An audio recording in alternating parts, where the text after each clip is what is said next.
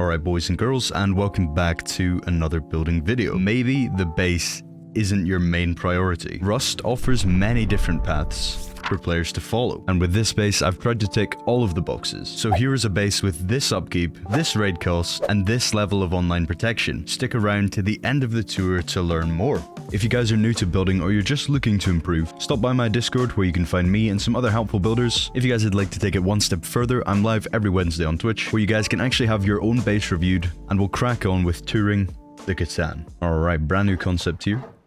Satori disconnectable. Got 4 of these outside the base so that of course we can replace the main TC inside core in the event that it's broken, or you want to move it upstairs maybe. Heading into our gatehouse provides us with some bedrooms, and each bedroom is accompanied by a locker and a trickle peak.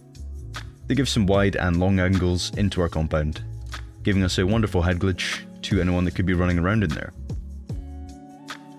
Nice symmetrical little gatehouse, and if you're not lazy you can get those beds to not stick out, but I can't be bothered. One turret above the gatehouse and a couple of funnel round shotgun traps. Not the tightest angle here to run through, but you might get a couple of picks with it. Running out the way towards our large furnace, you can see that the turrets are double chain linked across these angles here. And of course there's plenty of space for more large furnaces if you reckon you're going to need them. Base is symmetrical by 2, so our other kind of bedroom section over here is just a standard bedroom that also comes with a airlock out of compound. Why not have a couple more ways in and out of compound? Just for fun. Looking back up the base, you can see all these peaks and windows that we have looking down into our compound. Very nice. Base has got a Widegap shell on it to keep things nice and defendable, but you'll see later on that we do beef up the raid cost for anyone who's going to be offline, with a couple of bunkers inside our shell. Pretty standard airlock takes us through into our nice little shell here. In the shell you can place down some bags, boxes, keep it away from the gaps of course. And you can see the peak downs entering here. Breach peaks on either side to help cover the compound and any angles that are close up against the base that the roof and shooting floor combo may not cover. Behind us, I'm sure you can see now, we do have a multi-TC armored bunker that is completely gapless from every angle. Optionally, you could throw your battery in here, wouldn't be a bad spot, and you can still fit boxes in there too. But right now we got a setup with 4 boxes. If anyone is a bit bamboozled as to how to open that bunker, you place the twig roof from underneath. So that twig roof there, you'd want to be underneath, and then you just place it looking up at the ceiling, and that's how you get that roof down, if anyone's confused. But yeah, 2 15 rocket armored bunkers there, which definitely beefs up the raid cost a lot. Pushing into our starter base, I really like the start on this one. Second floor is open, allows for box space, and first floor is quite tight, however nice and strong. You'll see we're met with an armored wall bunker that is opened by pressing E. It's a garage door. You got pranked. So second floor is boxes and furnaces and more bags. And 2 more bunkers here that are once again opened with the button E. That's a garage door, and it's not in the game. You won't be able to get it, but you can leave comments if you want for the algorithm asking. So first floor, lots of honeycombing here. Space for our workbench, bags, another loot room, and our TC has been spammed with deployables. We've got an embrasure, we've got a window, and we have 2 vending machines. If you really care about that TC, it is tucked away behind some absolute defenses. Nice and low upkeep as well. Love that. So yeah, that's our small little starter, and it expands out into the massive 3x1 on top. Alright, exiting up into third floor now. To keep this base nice and cheap, our peak downs, our shooting floor, and our roof are all combined into one mini mountain roof here. Everything is nice and accessible all at once. So a couple of turrets up here because we do not want to lose this floor. This is our main defending area. You lose this, you've pretty much got compound beds to play from, and that's it. A couple of rooms on the roof that are segregated off. These can be placed, a couple of bags in there, blocker, anything else you can think of, or just a spot to take cover from heli. And then we just have a bunch of head glitches down into compound, which is pretty nice. Lots of jump up peaks, and of course peak downs into our shell as well. Really nice tight wide gapped angles here, out and around. and half-height windows going across. Backwards roofs to cover us from any tall raid bases, and breach peaks to give us some nice crouch peak AK angles. One windmill should cover all the power you need, and it's slapped in the center. That concludes our tour. Hopefully you guys are impressed by the base and you want to learn how to build it. Before we do that, we'll move on to a full cost breakdown. First of all, on screen is the total build cost. Next up, that's it in box amounts to help you guys visualize a little bit better. And lastly is the total upkeep, the spread between 5 TCs in total, our main TC taking up the majority of that upkeep. Lastly guys, keep in mind that we're going to do some build outs here, so you're going to want a flat spot to build this base. And with that all said and done, let's jump into the tutorial. Alright, building the base. We're going to start off with a 3x1. Our TC goes in the triangle in front here. Window in front of that, and then of course we'll vending machine that later on. Adding 2 squares to create our 3x1. One of them is going to be a loot room, and the other one is a loot room with your workbench obviously, so you'll need to pull a triangle through later on. For just now, I'd leave it open though for furnaces and workbench and everything like that. And once you're at the tier 3 stage, you can do what I did in the tour. Then we create a jump up, and obviously a jump up to our second floor from the outside. Just like that. That can be your starter base, but if you're ready to continue, go ahead and add triangles all the way around your 3x1. The first floor is purely just honeycombing, so you can fill that in. Just like that. And then our second floor is all loot rooms. Of course, don't wall in your jump ups. And we can add doors in front of those.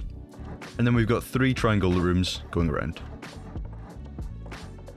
Then we'll just wall those in for loot rooms. This back wall here is just honeycombing. And you'll have 3 triangle loot rooms in total. In front of our first jump up is another jump up, taking us to 3rd floor. And then it's just door frames throughout the center of the base. Throw a ceiling on this. And to complete our main base, we will throw an airlock on the roof. 3-door airlock on the roof here. Keep that nice and strong. Alright, so the next thing to do is the multi-TC section of the base, and we're going to start on the square side of the 3x1 and build out with 7 squares. After the 7th square, we'll cap it with a triangle and return back with triangle half moons. This allows us to get a minuscule gap, creating a multi-TC footprint. We want to finish off with a hexagon here and 1 raised triangle there. This will give us our breach peak section and of course our bunker. Building the breach peak first, of course. Adding in frames for stability. And placing our triangle floors like so, that we have a gap between the main base and the triangle. And we can add in our floors, frames for stability, and wall in our bunker. While we build the bunker, we're going to leave it open like this, so we can ensure that we're not accidentally closing it by placing the wrong thing. We'll place a shelf in here, and a frame beside it. Rotating the frame shows the conditional. We want to make that nice and thick, so that we're covering any gaps. Then we're placing the triangle floors as I have, and if you've done it right, the bunker will stay open. After that, you can throw in 1 more shelf, or if you'd like, no shelves and have a battery in there and some boxes. Once you've done that, the bunker is good to use, and we can expand our footprint with a square and triangle on each side.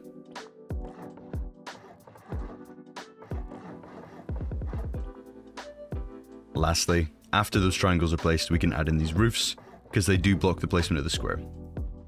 Okay, now that that's built, we're going to add a bedroom / gatehouse to this section, then an external TC, because right now all of this is decaying.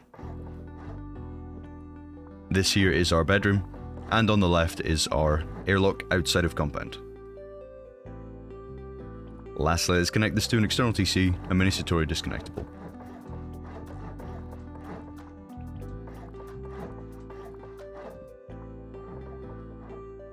Don't forget the double half wall that creates a lack of stability for the bunker to work. And then that's all that can go wrong there, really. Throw a TC in that and you're done. Alright, we're going to go ahead and replicate everything that we just did on the opposite side. Again, building it with 7 squares, returning with triangles, building our breach peak, our bunker, then our gatehouse, and lastly our external TC. I'll be with you guys once you're all caught up.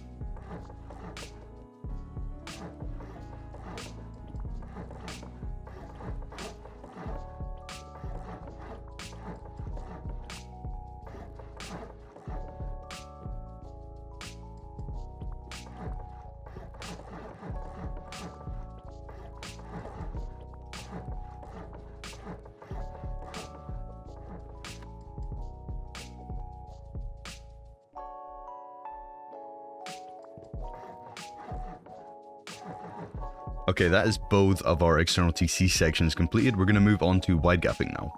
We are widegapping with the 3 square method, building out with 3 squares and returning with triangles. We can have our triangles like this, and then we're going to square double triangle on the left and right. And that's the shape that we're looking for, completing our footprint.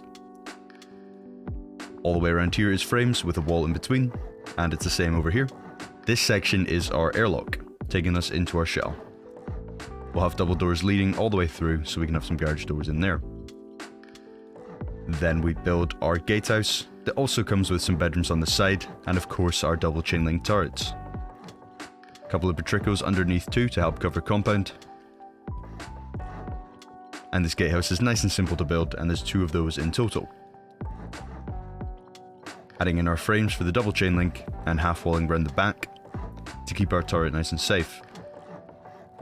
Turret sits on that triangle right there, and boom, that's the gatehouse built. Then from there we'll add another Satori disconnectable, exact same as we did before, remembering that double half wall there, and reconnecting everything with frames, making sure that we break the foundations, because I have been seeing a few Satori disconnectables where we leave the foundations, and that's not what we're meant to do. Alright, moving on to the shooting floor now.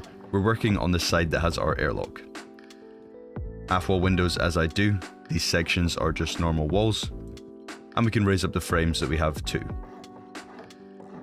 This keeps our peak downs and shooting floor nice and stable during a pummel. Adding in the floor sides as I do, and then we'll create a slight breach peak section over here.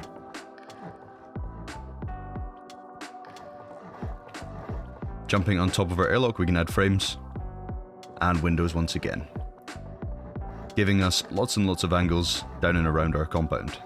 These backwards roofs will help defend us from any tall raid bases, allowing us to use our roof in safety without getting beamed by the L9 god. And then we'll just repeat those steps on this side as well.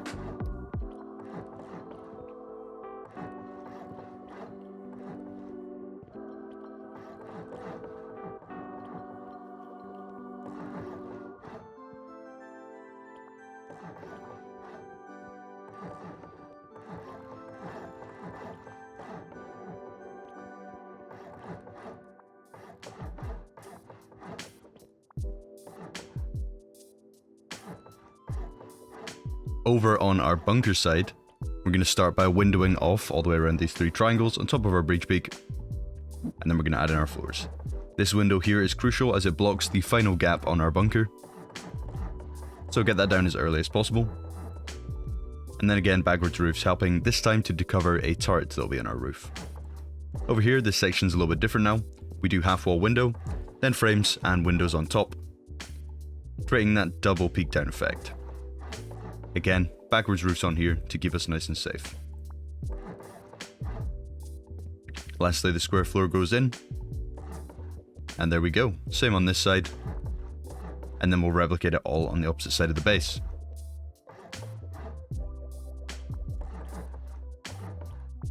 roof is nice and simple, easy to build, but of course nice and effective.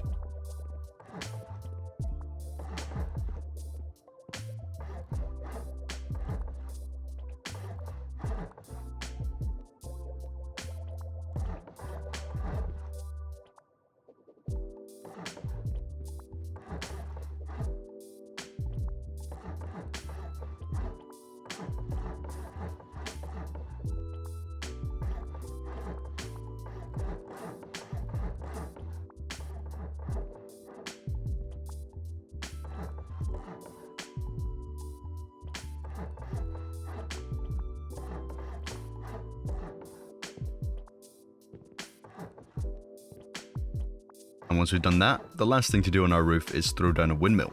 And once we've done that, that completes the base design. Hopefully boys and girls did enjoy this video. If you did, then please feel free to leave me a like and drop me a comment down below. The tutorial on this one was nice and short, sweet and easy, so I hope to see the space out there on lots of servers. Remember to check out the Discord and the Twitch streams if you need any help, and I'll see you guys all in the next video. I appreciate you guys watching. See you in a bit.